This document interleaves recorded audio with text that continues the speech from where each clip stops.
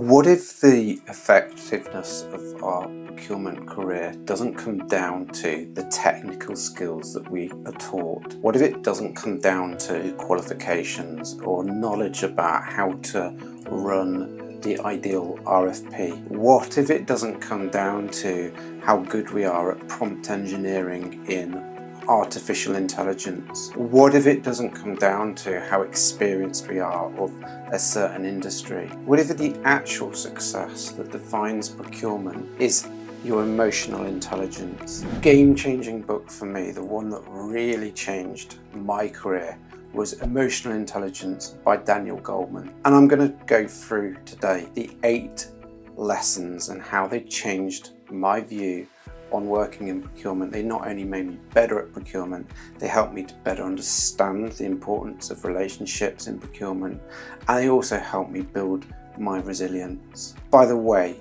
if you like this video, please drop a like, subscribe, drop a comment. This helps get it in front of more procurement professionals who I want to help. Emotional Intelligence, Why It Can Matter More Than IQ by Daniel Goleman, written in 1995. Pick up the book from World of Books from Amazon. I'm promising you it is a game-changing book for procurement and probably business folk generally. It's all about the internal impact that I realised most successful people in their career, they nail this point and they are thinking in a way that is so different from others. The first quote that really struck me, and I remember reading this, was, "We have 2 minds.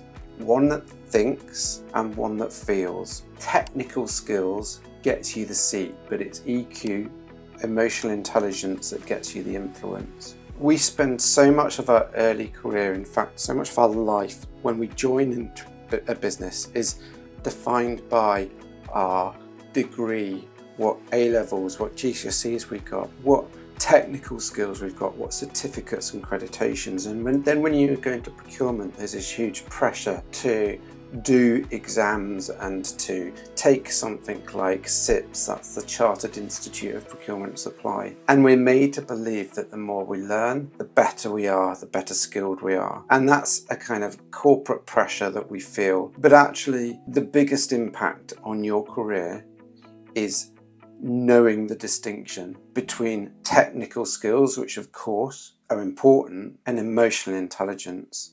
So I just want to hang on that quote. We have 2 minds, one that thinks and one that feels. And for me, the best cost model in the world doesn't move a room. So what I mean by that is you could have the brilliant spend analysis, you could have a brilliant category management approach, you could have absolutely nailed all the basics around things like the Kraujic matrix or other theories that you'll find in textbooks. People act on how they feel about you before they act on your logic. I'm not saying that it isn't important to have good understanding of the core processes within procurement, but how people feel about working with you is going to have the biggest single impact as to whether they listen, whether they care, and whether they adopt what you're trying to tell them. The moment you get defensive, you stop influencing anyone. Now, I'm quite an emotional guy. I know lots of other procurement people are quite emotional people as well, because we care. We tend to work in procurement because we care about the business. We want the business to make money. We want to reduce the risk. And we know, because we've seen it firsthand, the positive impact that running a good due diligence procurement process can deliver to the business. Emotional explosions are neural hijackings. That is the quote that I want you to remember from Daniel Goleman's Emotional Intelligence. Emotional explosions are neural hijackings.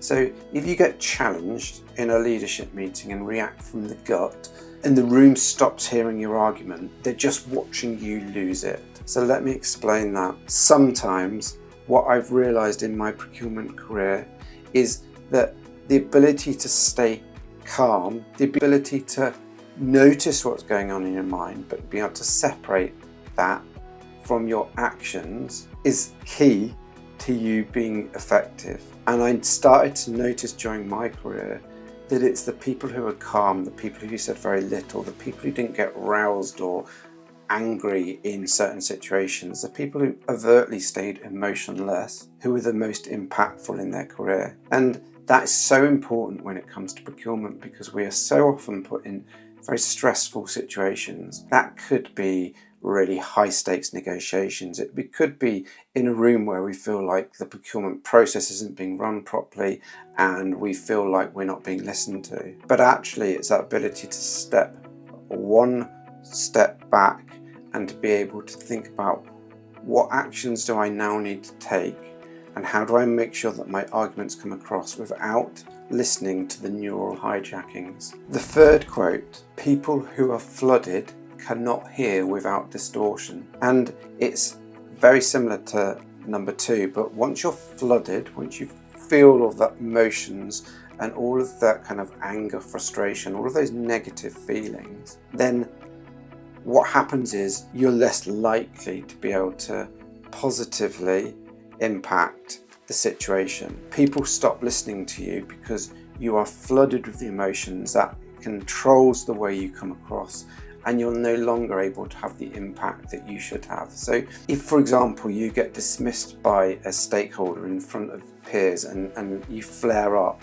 you get angry, you show frustration, you've basically just handed them the story that procurement can't be trusted with a seat at the table because you're not calm, you're not able to control the situation. It's a really important one that absolutely changed my perception of just that ability to be the calm person in the room, that ability to be able to notice what's going on with your feelings, but not react and not become flooded or distorted by them. The fourth quote from Emotional Intelligence, timing matters.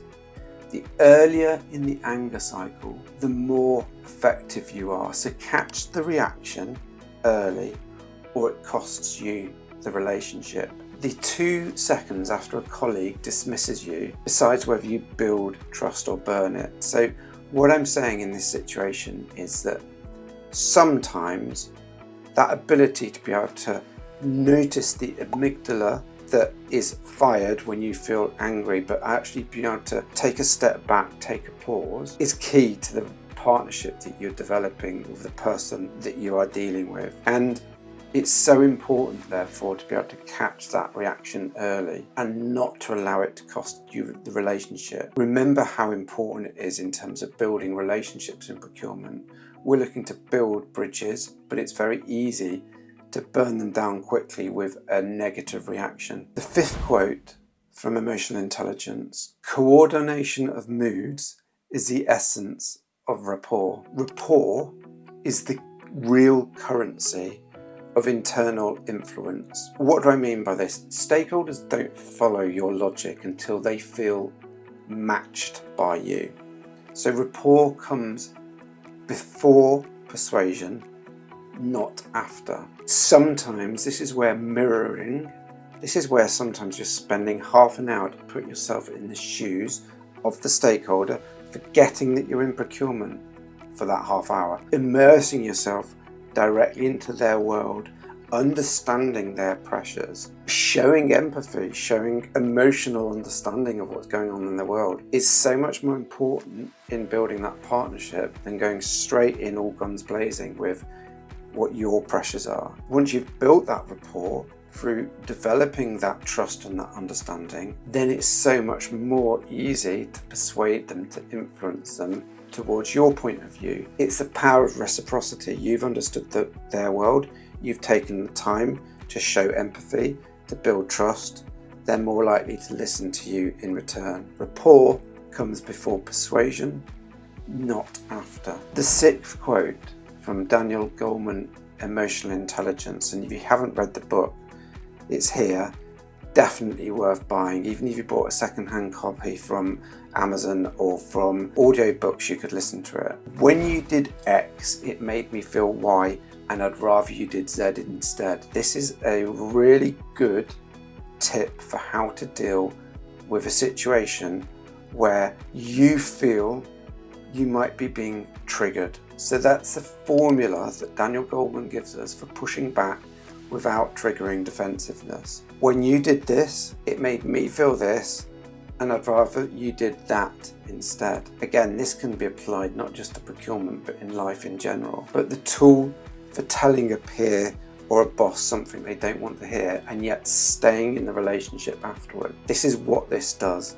So effectively, you are being very open, you're being direct, you're dealing with the confrontation, but you're giving them an alternative option. And again, when I think about building relationships, building really powerful relationships, that ability to be able to note a trigger, speak directly to the stakeholder you're dealing with in terms of why that was a trigger, and give them an alternative option. It creates longevity and it creates a relationship dynamic which is far more positive. The next quote: optimists see failure as due to something that can be changed. Pessimists ascribe it to a lasting characteristic they're helpless to change. So have you noticed in procurement, at conferences, people you meet, people in your team, there are those that complain about the fact that procurement hasn't got a seat at the table.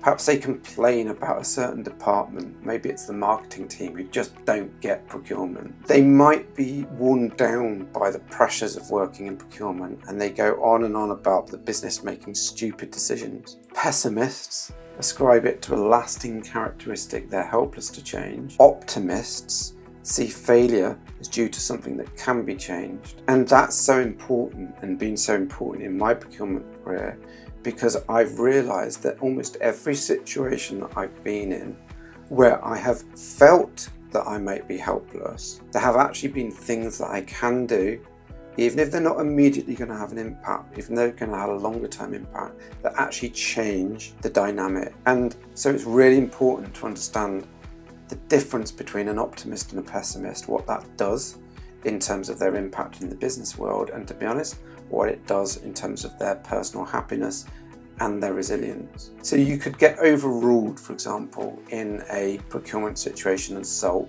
and then people just stop bringing you into the room early. Or you could get overruled and adapt.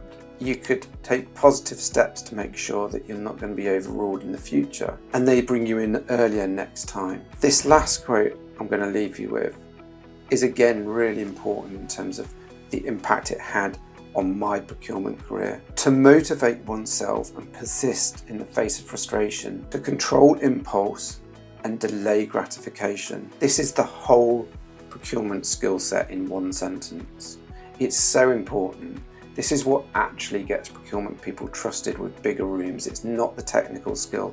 I started this video talking about how the technical skills, yes, they have a role, they have a place, and you have to know your stuff. But it's actually, how do you act in the business world with your stakeholders? Persisting in the face of frustration. It's a very difficult work environment. Procurement is one of the toughest but most rewarding professions. But the key to your effectiveness is to be able to control impulse and delay gratification. We're not often a function that gets much praise, gets lots of plaudits week in, week out, and very often we're having to deal with high stress situations where you might feel frustrated. But the professional, the real procurement leaders who have a massive impact in an organization, they're the ones that control their impulse and they delay gratification. They know that their value will be seen in the long term by iteratively getting better, by building steadily, by making sure that the foundations are in place, taking things step by step and dealing with the challenges with a sense of calm, poise and composure. Read the book Emotional Intelligence by Daniel Goleman. Understand yourself, understand how that interplays with the people you deal with. And I can tell you, it will give you so much more in terms of being able to transform the way you work, in terms of your happiness and your impact with your stakeholders, than any book that is based on technical skills, knowledge, or qualifications. Let me know in the comments which is your favourite quote and which is your favourite book if I was to read the next book that's going to help me in procurement, I'd love to know.